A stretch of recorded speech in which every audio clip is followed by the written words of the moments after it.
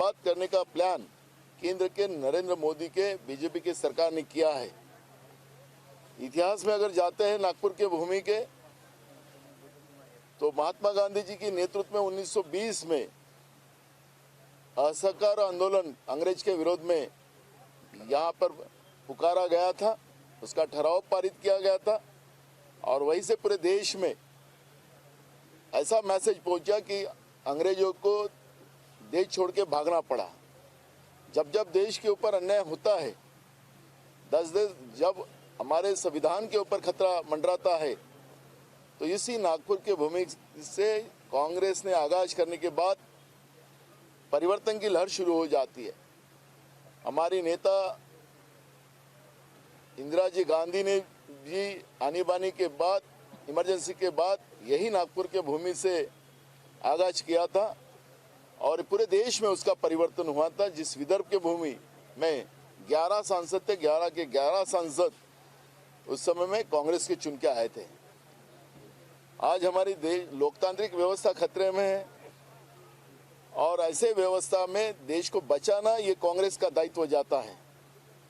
और यहाँ पर कल हमारे सभी शीर्ष नेता, हमारे राष्ट्रीय अध्यक्ष मल्लिकार्जुन खड़गे जी, हमारी नेता सोनिया जी, हमारे नेता राहुल जी, हमारी नेता प्रियंका जी और देश भर से हमारे मुख्यमंत्री जी, कहीं हमारे पीसीसी के अध्यक्ष और पूरी कांग्रेस कल यहाँ पर इकट्ठा होगी और यहाँ से पूरे देश में परिवर्तन का संदेश देने का शंकानंद यहाँ से होगा और पूरी देश की जनता कांग्रेस के साथ खड़ी होगी, ऐसा हमारा विश्वास है।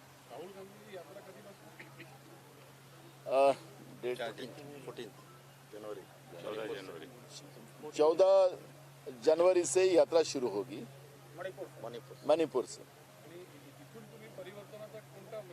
14 जनवरी ये यहाँ से लोकतांत्रिक व्यवस्था ही पूरे खतरे में आ चुकी है। हाल ही में हुए संसद का सेशन आपने देखा होगा कि सरकार जो तानाशाह प्रवृत्ति की तरफ जा रही है, ये लोकशाही के लिए, लोकतंत्र के लिए सबसे बड़ा खतरा है। हमारे देश का संवैधानिक 4 स्तंभों को बर्बाद करने का काम केंद्र की सरकार कर रही है और देश का संविधान, लोकतांत्रिक व्यवस्था बचाना ये कांग्रेस का दायित्व बनता है। जिस तरह से किसानों को बर्बाद किया जा रहा है, जिस तरह से कामगारों को बर्बाद किया जा रहा है, जिस तरह से महंगाई बढ़ाकर देश के आम लोगों को जीना हराम कर दिया है, जिस तरह से हमारे देश में पढ़े हुए युवा बच्चे बच्चियां उनको बेरोजगार करने का पाप केंद्र की और बीजेपी प्रणीत सरकार राज्यों की कर रही है और पूरी व्यवस्था को तहस-नहस कर रही है। इनको सबको सुरक्षित करना, इनको बचाना, ये दायित्व कांग्रेस पार्टी का है और यहाँ से मैसेज वही हम कांग्रेस पार्टी देगी, क्योंकि कांग्रेस का जन्म जिस उद्देश्य से हुआ है, जब जब भारत माँ के तिरंगा के ऊपर, भारत माँ के ऊपर किसी ने तिरछी नज़र की तो उसको उसकी जगह दिखाने का काम कांग्रेस ने किया। लोकतांत्रिक व्यवस्था में जब जब भी देश के ऊपर संकट आया, कांग्रेस आगे आई और देश की जनता ने कांग्रेस को साथ दिया है और कांग्रेस ने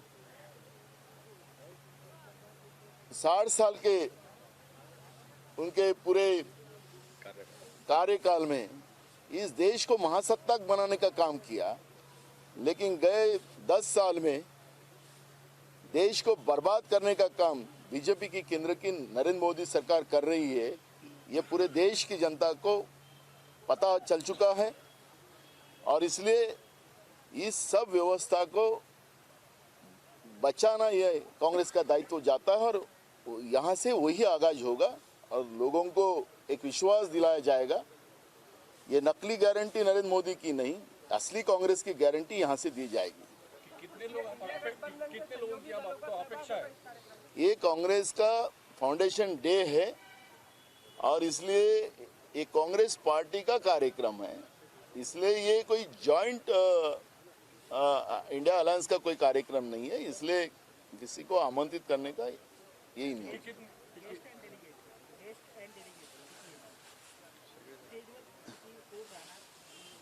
आप सब लिस्ट हम आपको दे देंगे आज शाम तक।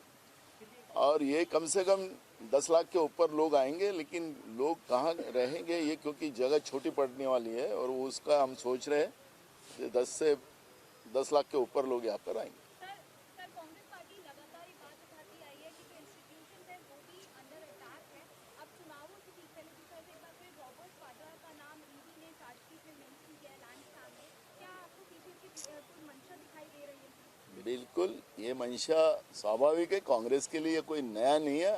हम अंग्रेज से नहीं डरे, तो ये लोकतांत्रिक व्यवस्था में आई हुई सरकार से क्या डरना है। इसलिए जो सरकार की नीयत अगर अंग्रेज के विचारधारा के साथ चलती हो, डिवाइड एंड रूल और लोगों को डराकर अगर राजनीति करना चाहती है, तो ऐसे व्यवस्था को कांग्रेस का कोई फर्क नहीं पड़ेगा। कांग्रेस लोगों के सामने जाएंगी और ऐसे संस्था का यूज कर ईडी हो, सीबीआई हो, सब लोगों का यूज कर आपने जिस तरह से भ्रष्टाचारी लोगों को इकट्ठा कर उनके माध्यम से आप देश चला रहे हो, तो देश की जनता जानती है और उसका कोई फर्क नहीं पड़ेगा कांग्रेस को। कांग्रेस इस देश के लिए जीती है, देश की जनता के लिए जीती है, देश के संविधान के लिए जीती है और इसलिए देश की तिरंगा के लिए जीती है।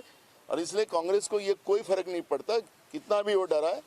हमारे नेता राहुल जी कहते हैं कि डरो मत, तो वही हमको प्रेरणा है और उसी आधार पर हम लड़ाई में पूरी तरह से लड़ेंगे और जीतेंगे। आपके इशू में शिक्षा नीति का आपने मेंशन नहीं किया है। देखो, इसमें हम लोगों का जब हम संकल्प जनता के सामने रखेंगे, जो मैनिफेस्टो रहेगा हमारा, उसमें हमारे राहुल जी ने भी कहा है कि हेल्थ में जैसे हमने राजस्थान में जो व्यवस्था बनाई थी उसका पूरे देश में हम इम्प्लीमेंट कराएंगे।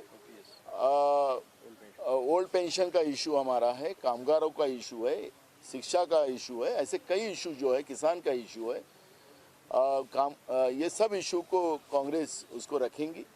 लेकिन आज की जो स्थिति है, क्योंकि कांग्रेस का जन्म ही अत्याचार के विरोध में लड़ने के लिए हुआ, अंग्रेज के अत्याचार के विरोध में लड़ने के लिए कांग्रेस का जन्म हुआ था। आज लोकतांत्रिक व्यवस्था में, क्योंकि तब हमारी जीत अंग्रेज के विरोध में हुई थी और आज वही डिवाइड एंड रूल और उसी तरह की तानाशाह प्रवृत्ति इस देश में आने के बाद उसके विरोध में भी कांग्रेस लड़ेगी और देश को कैसे सुरक्षित रखा जाए वो इस मंच के माध्यम से हमारे नेता मार्गदर्शन करेंगे। सैम पित्रोदा ने ईवीएम पे बोला सर। हाँ, सैम पित्रोदा ने ईवीएम पे से एक बार देखो, जो चीज़ है, क्योंकि लोकतांत्रिक व्यवस्था में लोगों का आक्षेप है कि ईवीएम में प्रॉब्लम है। मेरा फंडामेंटल राइट जो है, मेरा व्यक्ति स्वातंत्र्य जो है, उस आधार पर मेरे को ए को वोट करना है और मुझे लगता है कि वो बी को जा रहा है, तो ये लोगों की भावना है। मेरा विश्वास हो कि मैंने वोट जिसको किया है उसी को गया है, ये मेरा विश्वास होना चाहिए। इस तरह की व्यवस्था बनाया जाए, ये देश के लोगों समूह का आवाज़ है। तो मुझे लगता है कि हमारे चुनाव प्रक्रिया का जो स्वायत्ता उसको हमने दी है, उन्हें इस बात को समझना चाहिए और फेयर इलेक्शन हो, इस तरह की व्यवस्था बनाना चाहिए। बैलेट का दुनिया भर के पूरे देशों में अगर बैलेट से वोटिंग होता है तो हमारे देश में भी, और खुद मोदी जी ने भी 2014 में कहा था।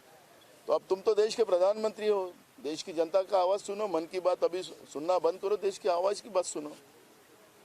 ठीक, थैंक यू।